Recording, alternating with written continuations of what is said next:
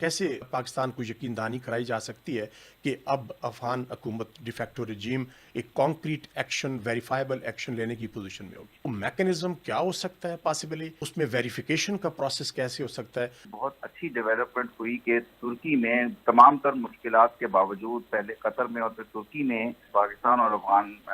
तालिबान की हुकूमत ने इस बात पर एग्री किया कि सीज फायर को जारी रखा जाए और साथ ही सीज फायर को परमानेंटली जारी रखने के लिए बहुत ज़रूरी होगा कि किसी किस्म का बायलैटरल मैकेनिज्म, एक मॉनिटरिंग मैकेनिज्म हो, जिसमें वो होगा तो बायलैटरल, लेकिन उसमें गारंटर्स के तौर पे चूंकि इस वक्त कतर और तुर्की सालिस का किरदार अदा कर रहे हैं, फैसिलिटेट कर रहे हैं, वो शामिल हो सकते हैं। कोई और मुल्क जैसा सऊदी अरेबिया दोनों ममालिक के करीब है मुस्लिम मुल्क होने की वजह से, वो भी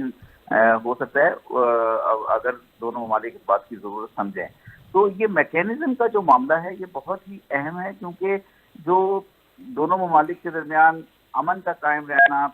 सीज फायर से आगे जाके फिर डायलॉग होना और डायलॉग के बाद दोनों ममालिक के दरमियान रवाबित का बढ़ना, इसके लिए ज़रूरी होगा कि किसी किस्म का इत्तफाक हो दोनों मुल्कों में एक मॉनिटरिंग मैकेनिज्म से। अब ये मॉनिटरिंग मैकेनिज्म का मामला ज़रा इसको अगर हिस्टोरिकल बैकग्राउंड में देखें तो कई दहाइयों पुराना है, क्योंकि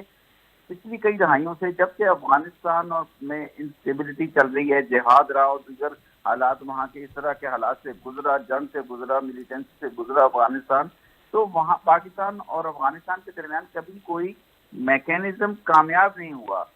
जब भी फर्ज करे पाकिस्तान कोई इंटेलिजेंस शेयर करता है या अगर अफगानिस्तान को कोई शिकायत है, अफगानिस्तान कोई इंटेलिजेंस शेयर करता है पाकिस्तान के साथ, तो और वो वेरीफाई होती है ऑन ग्राउंड किसी चीज से, तो उसके ऊपर फिर फॉर एग्जांपल पाकिस्तान अगर पीटीपी के कुछ ठिकानों की निशानदेही करता है तो वहां पे फिर अफगान इंटेलिजेंस उसको वेरीफाई करे और उनके खिलाफ जो भी पॉसिबल एक्शंस हैं वो दोनों साइडों के दरमियान एक लेजॉन या राब्ता होगा, उस राब्ते के जरिए ये फैसला करें कि ये एक्शन हो सकता है।